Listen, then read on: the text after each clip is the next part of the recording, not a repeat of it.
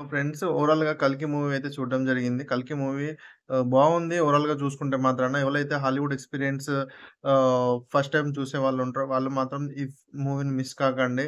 అంటే English మూవీస్‌ని, Hollywood మూవీస్‌ని ఎక్కువ ఎవలైతే చూడరో action advantage ఈ మూవీ మాత్రాన అవన్నీ ఇస్తది మనకి. యాక్షన్ గాని, అడ్వాంటేజ్ గాని, 'ప్రభాస్' గాని, 'అమితాబ్ బచ్చన్' గాని అసలు ఒకళ్ళని ఒకళ్ళు ఆహ్, ఎక్కువ తక్కువ గాకుండా అంత మంచిగా తీశారన్నట్టు.